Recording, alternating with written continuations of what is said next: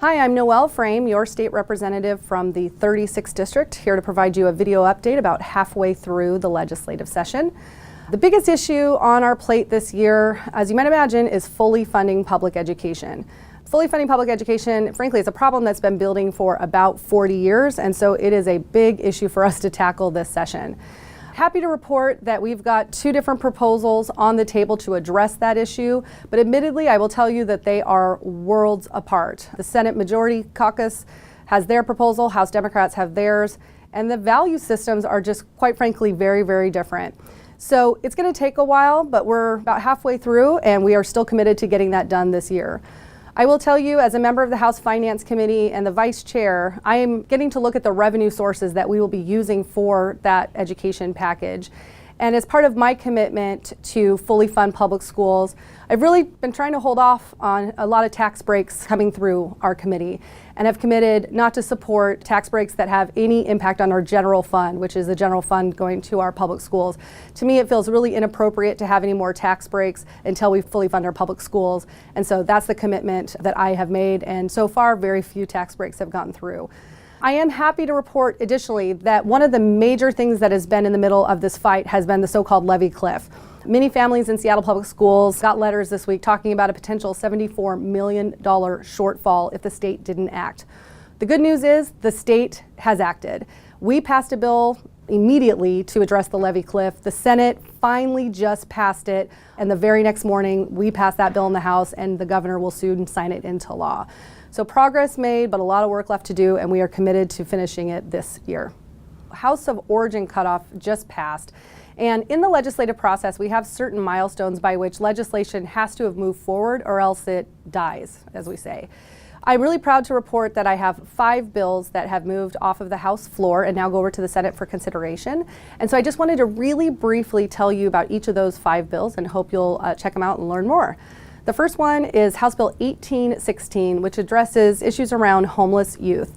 In 2015, the legislature passed the Homeless Youth Act, moved some services for homeless youth to different agencies, hoping to better serve them.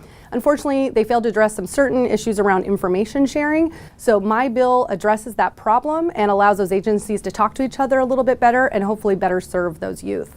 The second bill is HB 1930. I was really interested to learn that we have a lot of case law that has happened here in the state around child custody and when third parties get custody of a child.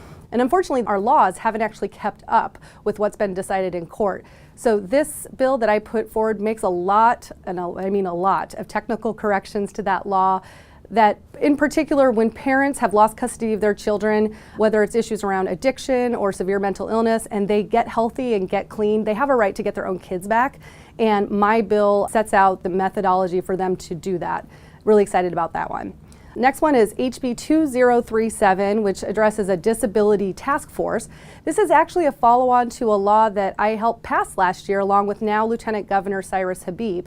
For the last year, students and our colleges, 4 years and 2 years, have been working together to help address barriers that students with disabilities face when they're transferring from one school to another. And they are very close to the work that they're doing, particularly looking at things like a common release form and a streamlined process for students when they're transferring to make sure they get those disability accommodations as early in the academic year as possible. They need a little bit more time, and passing this law will give them that time they need to finish that work out and help our students with disabilities. The next bill is HB 1561, which addresses open educational resources, or OERs.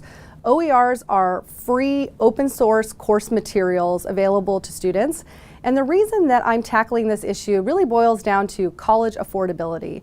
We know that the cost of higher education has been rising very fast, hitting our students and families pretty hard and limiting their ability to get that degree or certificate, and bottom line, limiting their ability to access their American dream. By expanding the use of OERs to 4-year public institutions, we're hoping to see the same types of cost savings that we've seen on the community and technical college side, which has been as much as 20%. So this is a great step towards increasing access for college for our middle class families and really everyone. Next, HB 1672 addresses issues around wage recovery.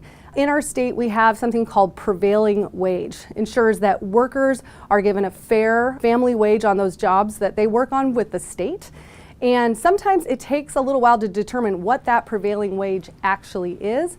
And so what my law does, it basically just freezes the statute of limitations, which is currently 3 years, but it freezes that time frame until the state has made a determination on what that prevailing wage is, so that workers get the wages that they are owed. I want to thank you for watching my video update today. Please keep in touch with me. Sign up for my e-newsletter if you haven't already. Really look forward to the second half of session, and I'll have another update for you soon.